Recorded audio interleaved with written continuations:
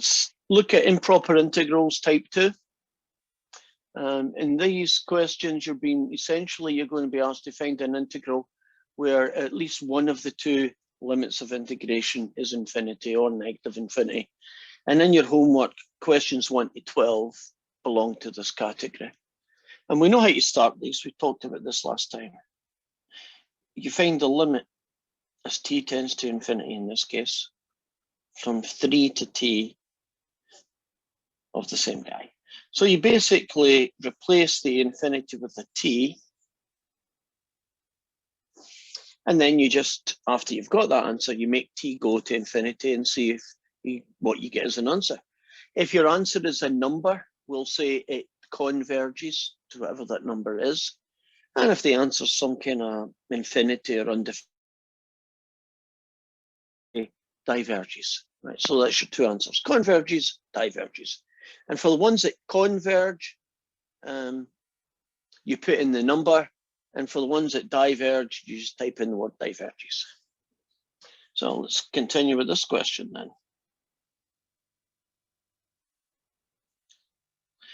If I was going to integrate this ugly fraction, the first thing I would do is to rewrite it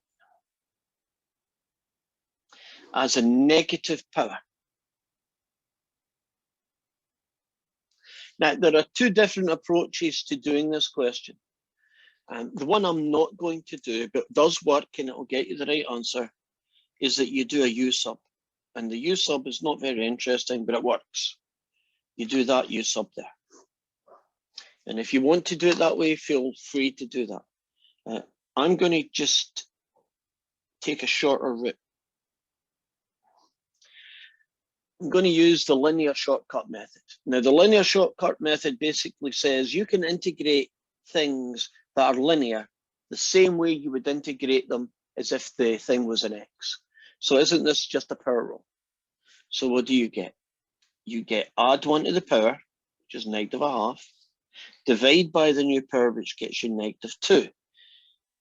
Now, the last part of the linear shortcut method depends on what linear expression you've got here. We've got a really simple one.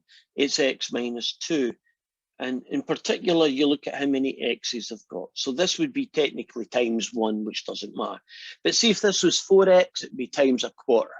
If this was 2x, it'd be times 1/2, right? So you very often need a times a fraction to complete it, but not this case. And so x equals 3 to x equals t. Do you see, by just using the linear shortcut method, you're essentially getting the answer right away. If you did the U sub, you would eventually get the same answer, right? It just take you longer. So it's not that that method is wrong, because it's not. It's just longer, that's all. Now, I'm using style points. This ugly thing has to be written, actually I'm cheating a little bit, it has to be written in a nicer format. Typically, you would return everything to square roots in these questions. So that half power goes in the bottom, becomes a square root. Now, I guess I could have kept it as a half to look like that, but I'm bending the style point rules a little bit because I think it's easier to see what happens when you use square roots than if you use half powers. It's just a mental thing. So let's see what happens then when we evaluate it. Well, you get 2 over the square root of t take away 2. Subtract, negative means you add it. 3 take away 2 is 1, square root of 1 on the bottom. And we are left with this expression. And now we can find out what happens when t goes infinite. Okay, going to do a lot here. Infinity take away 2 is still infinity. And the square root of infinity is still infinity.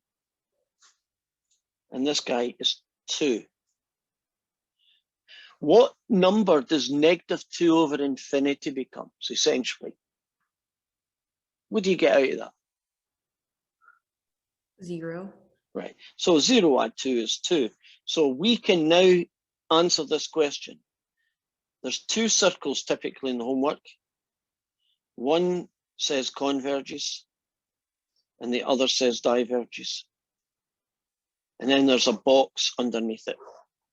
Right, in this case, it converges, so you put a little mark there, to 2, and that's how you would write your answer down in WebAssign. Pick the right dot and then put a 2 there. Can we pretend for a minute that this answer wasn't a nice number? This answer was infinite, right? Then you put a dot at diverges, and in the box, you'd write, and they tell you to do it, in capitals, diverges. And that's how you write diverging when it happens. Okay, you're clear about how you put your answer into WebAssign. You pick a dot, and then you put a number. You pick a dot, and you write diverges. Depends on the answer. Are we good? Right, let's move on then. Try a, well, I don't know, try a 4th root. How about 0 to 5? 2 over the 4th root of, why did I put 5 there? Excuse me, I'm in the wrong place. There.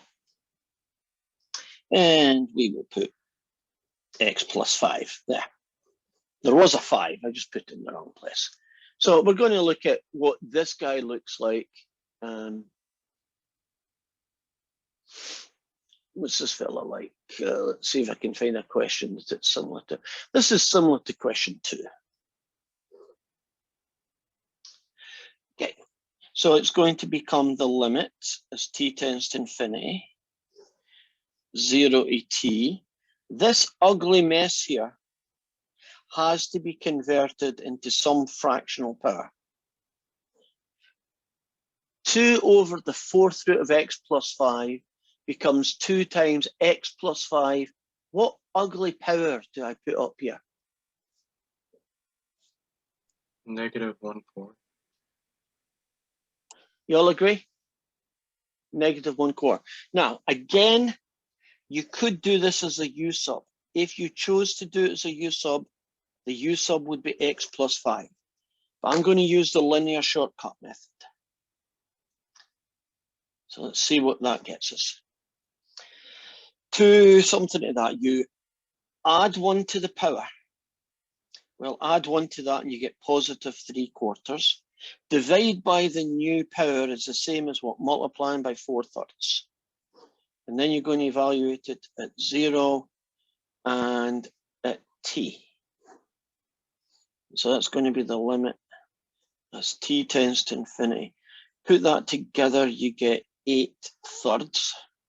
This weird thing is the 4th root of x plus 5 cubed. So I'm doing the style points first. So now I can plug in the values and see what we get. It's going to be 8/3, the 4th root of t plus 5 cubed. Take away 8/3, the 4th root of 5 cubed, which is what, 125. Okay, brute force again, and see what we get. If you plug in infinity here, infinity add 5 is infinity, and infinity cubed is still infinity, and the 4th root of infinity is still infinity.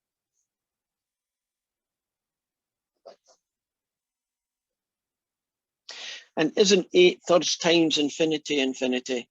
And it doesn't matter if you take a number away from it, it's still infinitely big.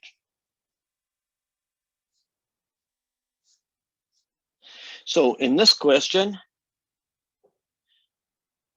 that particular integral diverges, and that would be your answer. So some fractions converge, some fractions diverge, right? You don't really know until you've done the math. Which, is it a converging, like this one to 2? Does it diverge to infinity, like this one? I guess you find out after you've done the math. Let's look at the next fella in the list. How about something with, yeah, this would be interesting. And I'm going to do two versions of 3. This is going to be version 1 of 3. And it's integral from 0 of x plus 2 dx. Keep it simple for the first. Well, maybe not too simple. How about 4x add 2? That's a little bit trickier. Now, in this question, it's going to be the limit as t tends to infinity, 0 to t. Essentially, everything stays the same apart from the t bit.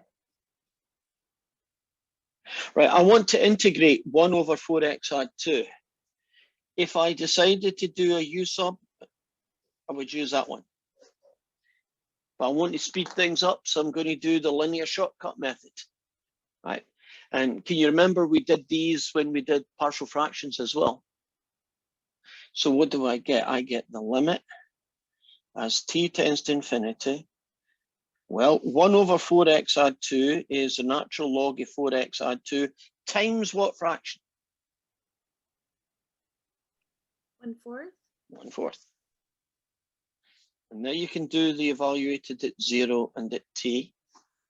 And now I'm looking at the limit as t tends to infinity of 1/4, that guy, take away 1/4, that guy.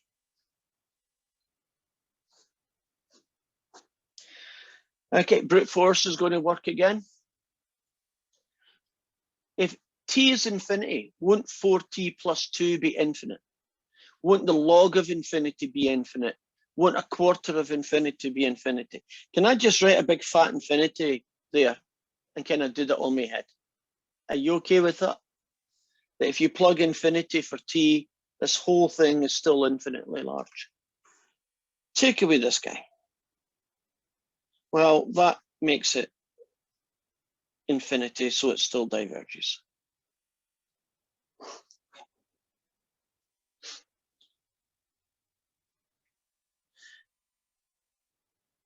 Are we good with that one?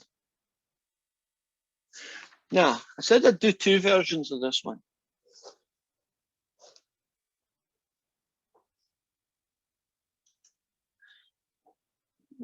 Okay, let's change this number. Doesn't really matter. It doesn't really matter. I'll just, yeah, we'll do it this way.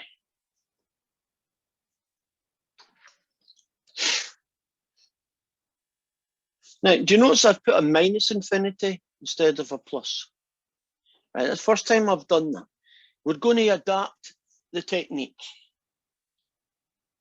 It's now going to be the limit as t tends to negative infinity from t to, I guess, 0 of 4x add 2, 1 over 4x add 2 dx.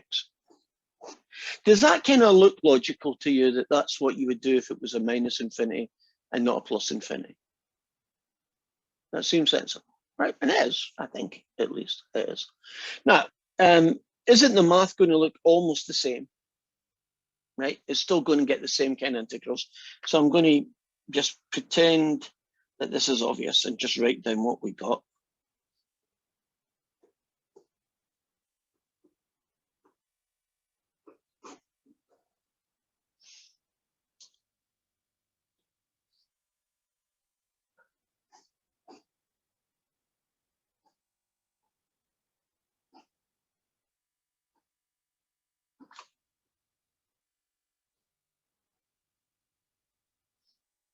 Yeah, it looks pretty similar, doesn't it?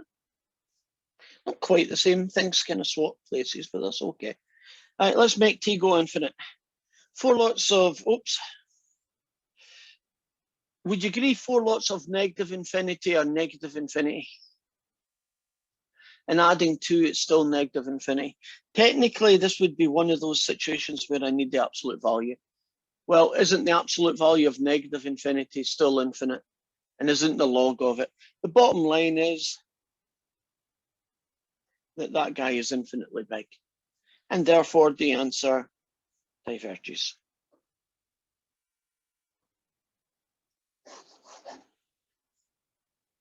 So what you do with a 0 to infinity or minus infinity to 0, would you agree that the math is pretty much the same?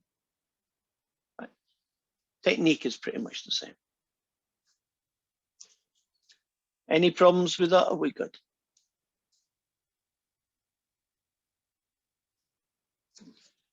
Last chance? We're good. Okay. Let's, I think we should be doing an exponential or something. Yes, it is an exponential. Oh. This is like number 4. To infinity, e to the negative 3p. Oh, they changed the letter on us, changed the variable. So we're going to find out whether that converges, and if it does, to what number, or does it just diverge? So it's going to be t plus infinity, 2et,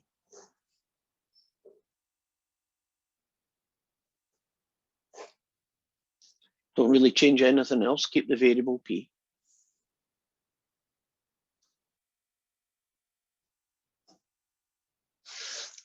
Again, if you wanted to do this, you could do a u sub, but we're going to do the linear shortcut method.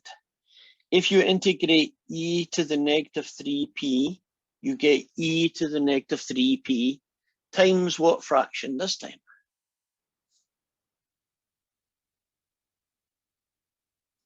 Negative 1/3.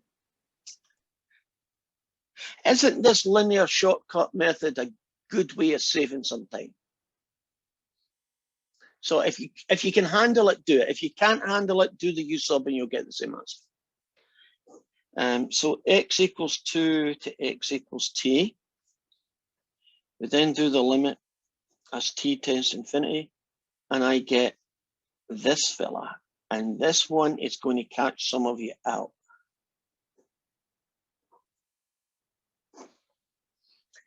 If you leave it this way, you could well make a mistake when you do the brute force. Because you're going to put an infinity in here and you're going to, you might, anyway, make the wrong conclusion about what happens. So I'm going to do a little algebra trick here.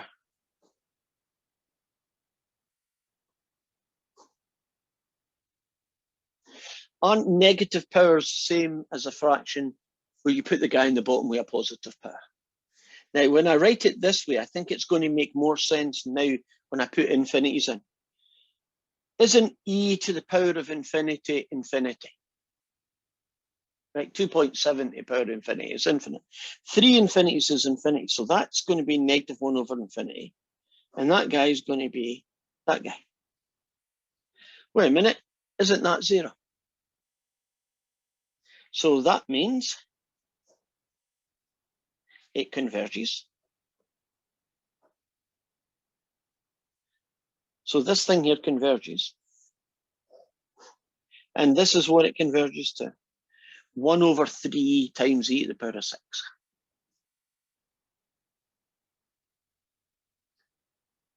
So we've done what? Square roots, cube roots kind of question today. Exponentials, logs, right? We've done ones that had logs in them. We're kind of going through the, all the different things that could happen.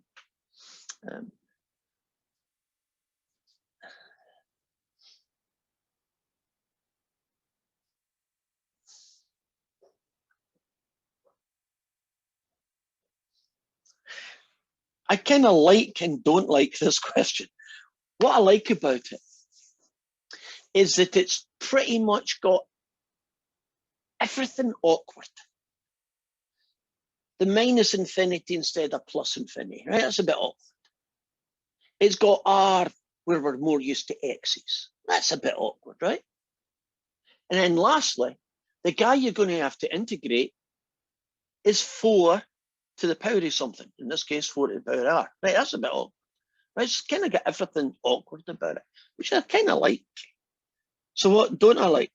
I don't like the fact everything's awkward. So I like it and dislike it for the exact same reasons. Yeah, I don't, there's too many things going on, which worries me because it means I could easily make a mistake.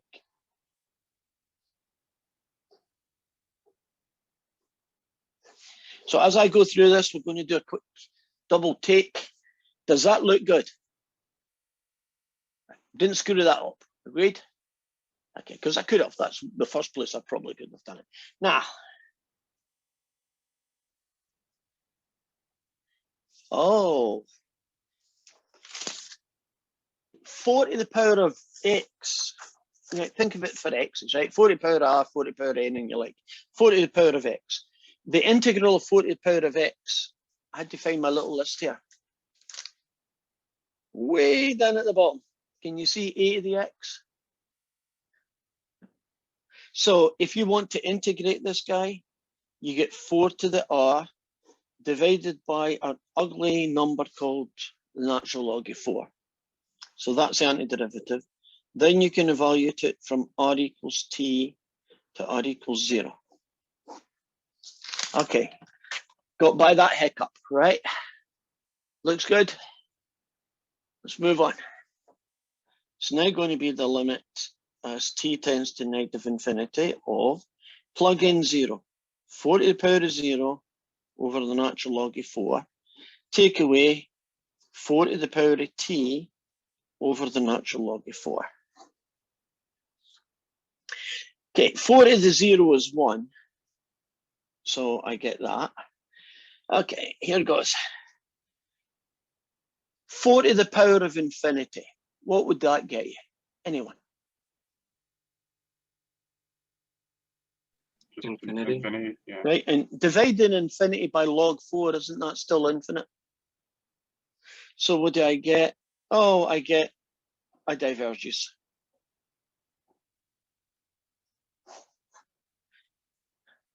So I had all the, kind of awkward all the way through, wasn't it? Although the answer was quite simple. It was just messy.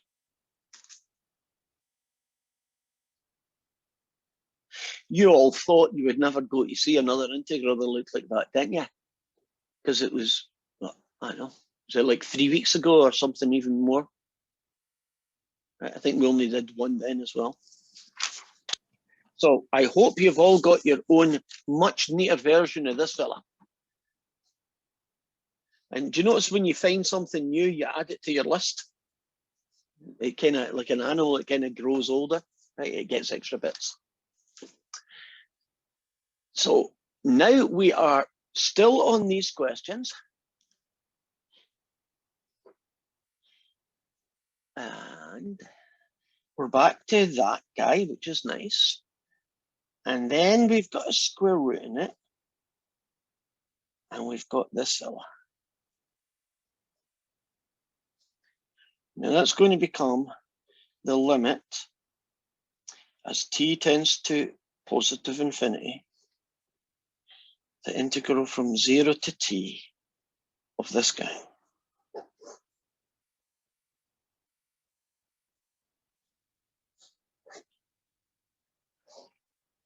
Now, up to this point, we've managed to cut down our workload by using the linear shortcut method instead of u subs. When you look at this question, do you realize you can't avoid the u sub? You have to do the u sub method. There isn't a shortcut. And since it is a u sub, of course, we have to figure out who is the u sub.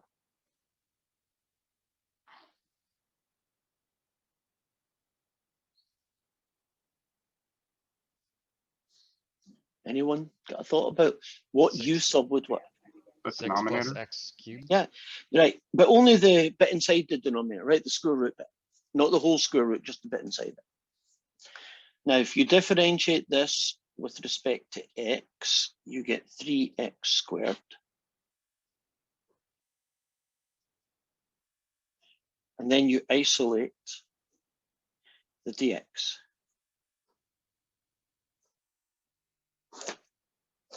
Do you know the number of times you've probably done u subs? Are they beginning to get kind of like 4 times table? Like you just do them rote virtually, right? Once you've figured out who the good u sub is, at least. Right, now, time to play about with what the heck's going on here. Whenever you do a u sub, leave these guys blank until we've figured out the final answer. And by that, I mean the answer with x's in it. And then we'll bring the limits back in, right? So what do I have right now? I have an x squared, I have a square root of u, and we have a 1 over 3x squared, and we have a du. Would you agree that's one of the nicer u subs where you don't have any orphans that you have to take care of? And the guys that are going to cancel out are perfectly nice.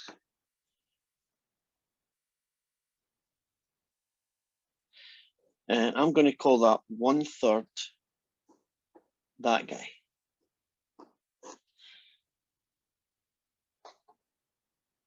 I need to integrate this. Any suggestions about what I should do in the next line to help me integrate it? How could I rewrite it? That's another way of phrasing it. Combine like terms, make them so they have the same denominator.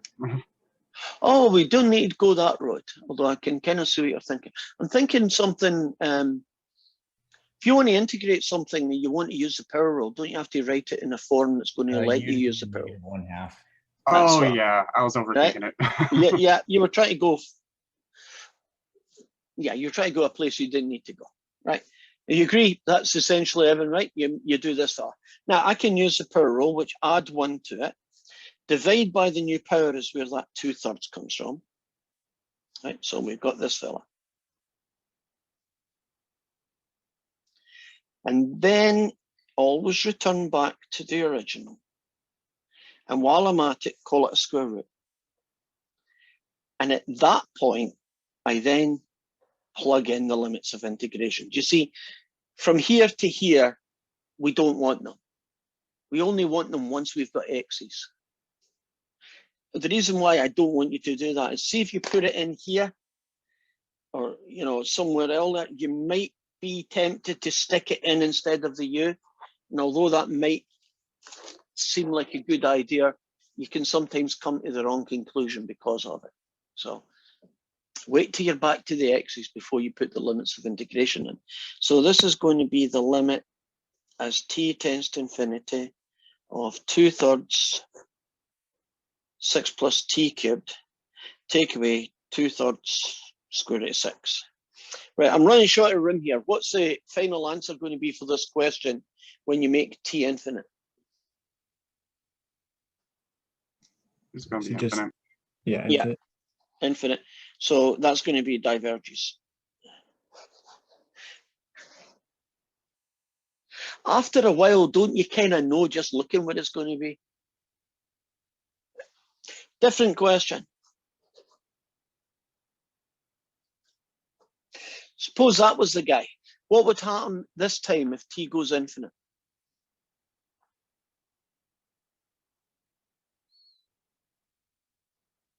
What would this get you if t went infinite?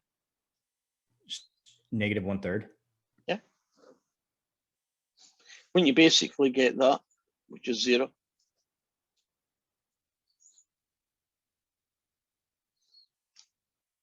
That makes sense? Question about, sorry, I got hung up with the previous question, the 4 raised to r. This one? Yes, so like, wouldn't like 4 raised to negative infinity over the natural log of 4 be like almost 0? Oh, Converges? oh, darn it in space and things that aren't nice. Yeah, because you're subtracting a negative infinity. Yes. I was meaning to ask about that. You are so right, Pissy, but I screwed up, but I can fix it.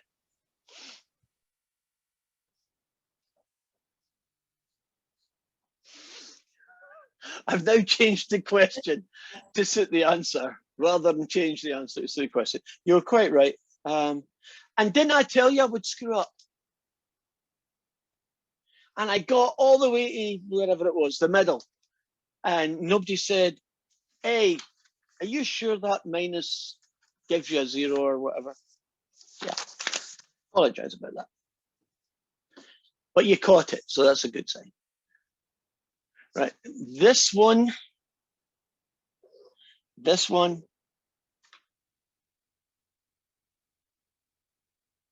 right, And this one, have we got time? 7, 8, and 9. Let's have a look. And 10. Okay. Going to have to show you these questions and then talk about some of them, but I won't have time to do all of them. So if I talk about how you would solve them, hopefully that's enough to get you to do them. Okay, so we'll look at number 7 first. Are you all looking? Make this nice and big. Can I do that? Maybe if I do it this side. Why can't that get bigger?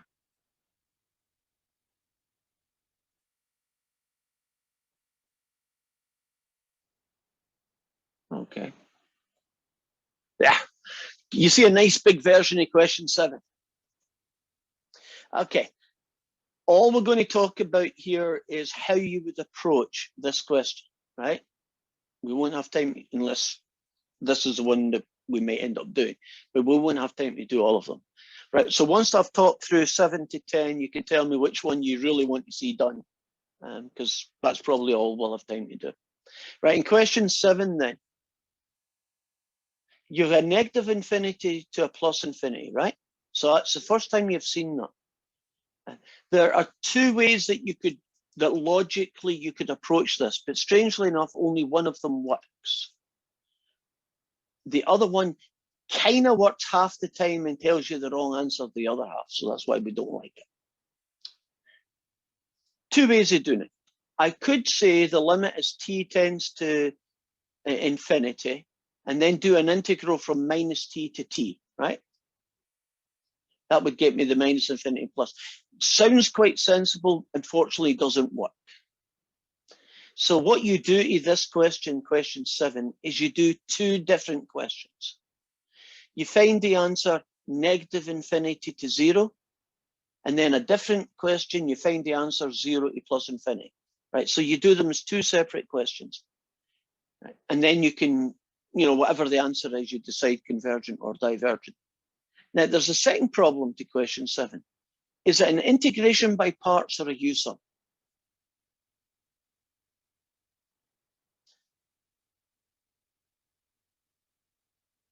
U-sub. Correct. What would the U-sub be? Negative x squared. Agreed. Now, if that had said x e to the negative x, right, just a tiny change. If it said x e to the power of negative x, wouldn't it then have been an integration by parts? You see, a little difference can make a big difference to the method. So that's one of the 4 that I'll do today. Question 8, right, it's going to be 5 to t. Is this a U-sub or is this an integration by parts? Forget it. It can't possibly be an integration by parts, right? Okay, so it's a U-sub. So what U-sub is? What are you going to use?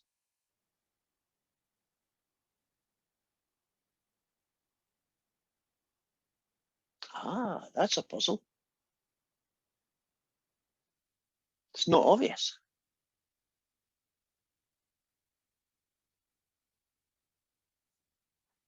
Would we just use x squared? No. A lot of times that's exactly the right one. 90+% of the time that would be exactly the right one. But this is one of the 10%ers, right, that don't quite fit the rule. So what else could it be?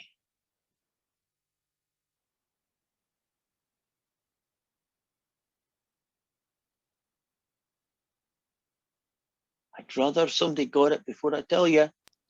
-1 over x. That's the bugger. Now that might not look like it's going to work, or -1 over x if you prefer. Both of them work. But if you do 1 over x, the thing ends up being negative e to the negative u. And if you use -1 over x, it ends up being e to the u. But both work. So it is a u sub and it is 1 over x. You might think, what happens to the x squared? When you differentiate 1 over x, it kills it off, right? They basically kill each other off. Question 9 isn't a u sub and it isn't an integration by parts. It's a partial fraction. You break it down by calling it 1 over x, x plus 1. and do partial fractions. And the last one, and then we'll pick who you want me to do. Now that I've told you that one, does question 10 look much more like a partial fraction question now? So 9 and 10 are partial fractions. Question 8 is a u sub with negative 1 over x. And question 9 is a u sub with x squared or minus x squared, whatever you prefer. Okay, which one of those do you want me to do? Because we probably only have time to do one. Let's do number 10. Looks good? Good as any? Right. So we're going to do 2 to infinity, 1 over v squared 6v take away 7 dv. Oops, put the wrong button there. There's nothing wrong with that. I like it. I didn't think that was going to be the one that you picked. I still need to work on those type of problems, so I figured. Oh, no, there's nothing wrong with it. Because Yeah. I guarantee you're not the only one who wanted that one. It's just the one I thought people would pick. And that's just me. Okay. First thing I'm going to do is factor the bottom.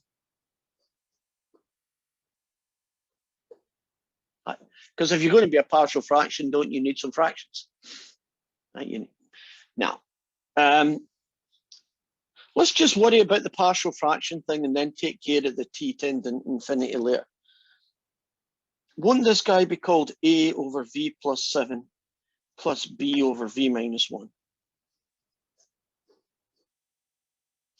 And can't we get away with the cover-up method, which means we should be able to do this pretty quickly? Great.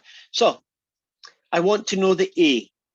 You cover this guy up, and the number that you're going to use would be what? Negative 7.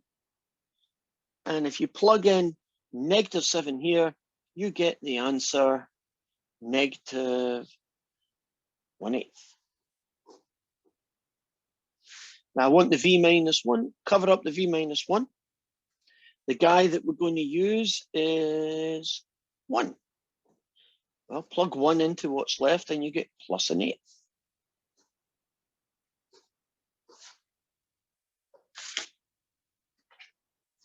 And my infinities went wonky.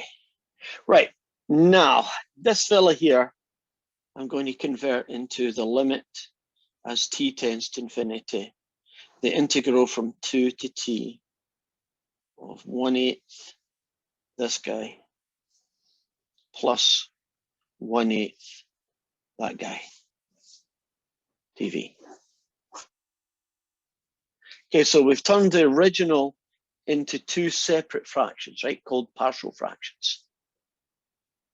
That's going to be the limit as t tends to infinity of negative 1/8 the natural log of v plus 7, add 1/8 the natural log of v minus 1, and it's going to be evaluated at v equals 2 to v equals t. And now we get the limit as t tends to infinity of negative 1/8 the natural log of t add 7 plus 1/8 the natural log of t take away 1. Subtract negative 1/8 the natural log of 9 plus 1/8 the natural log of 1. Whoa. There is an awful lot going on here. So let's see what we've got. I have the limit. I'm just rewriting this line again. Negative 1/8 this natural log. Add 1/8 this natural log. Take away a negative is plus 1/8 the natural log of 9. And the natural log of 1 is 0, so I don't care about it. Now, it's very tempting and also a bad idea to plug infinity in here and infinity in here and do a brute force, because what you end up with is negative infinity plus infinity, and you don't know what's going on. So I'm going to do some extra algebra in this question. Can anybody see any common factor that I could pull out to make this a little bit easier to deal with? 1/8. Okay. And while I'm at it, I'm going to rearrange the logs a little bit.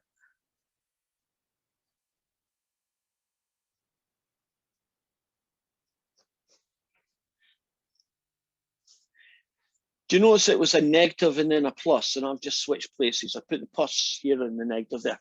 The reason I'm wanting to do that. Oh, and by the way, see this 1/8, can't I kick it out here? Just get it out of the road. You know how you can pull an 1/8 out of an integral when it's getting in the way. If I do that, won't these two guys become this fella?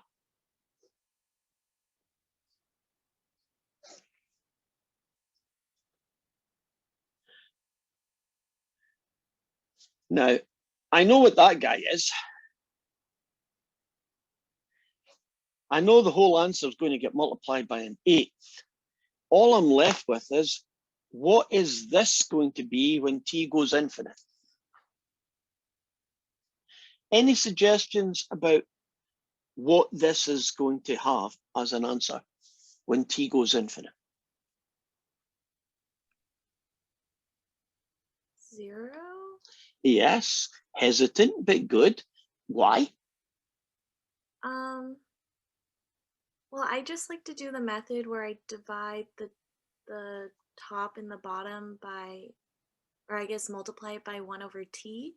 No, divide top and bottom by t is the same thing. So yeah, that works. And So then, yeah. right, hold your thought. So what she's saying is like, I'm going to essentially multiply by 1/t. I say divide by t, but it has the same effect. Right, and then what were you going to do next? Well, if you plug in infinity to t, the 1/t and you get the 7/t both equal 0, and then you're left with the natural log of 1, which is equal to 0. I'm kind of writing in lots of lines, which you probably don't need, but some people are going to go back in this and say, what the heck happened? So if I put in as many lines as I can.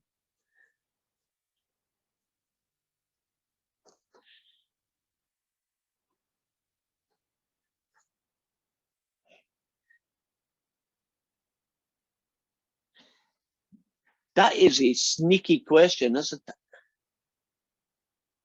Because most of your problems are going to happen with the algebra of dealing with logs.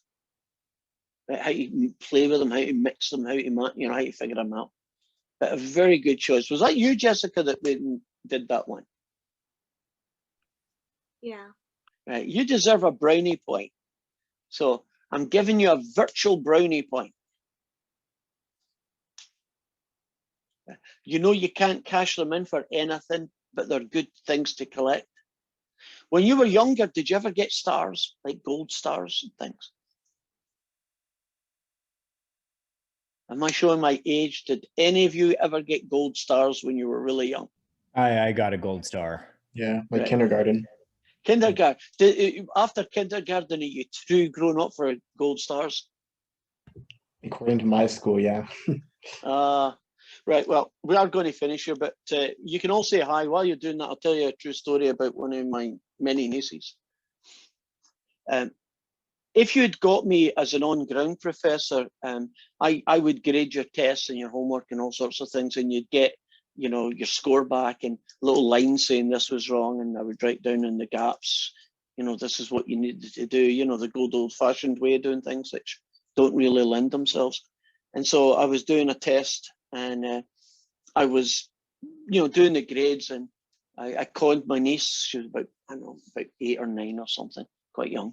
And I conned her into adding the total up, right? So she would add them up and put, 90, 90, 20 in a big circle, right? And it's always done in red.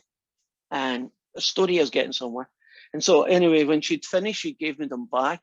And I realized that if you'd got full marks, like 20 out of 20, she put one of those little happy faces. She would, you know, if you got 20 out of 20, she'd do that. And then right next to it, she'd put a little happy face. And I thought, oh, well, you got to remember, I'm giving this back to Calc, you know, like you lot, right? Calc 2, Calc 4, whatever it was, quite high advanced math class. So I gave them back their scores, and they looked at it, and I said, sorry about the little happy face. It was my niece. She, you know, if you got full marks, she gave you a little happy face, and that was the end of it. So next time that I did their grading, I was the one that did the total. And you know that they all complained that they never got their happy face. So if you ever get me on a ground class, right, physically, and I do your grading by hand, you'll want happy faces. And Jessica, I've just gave you the equivalent of a little happy face.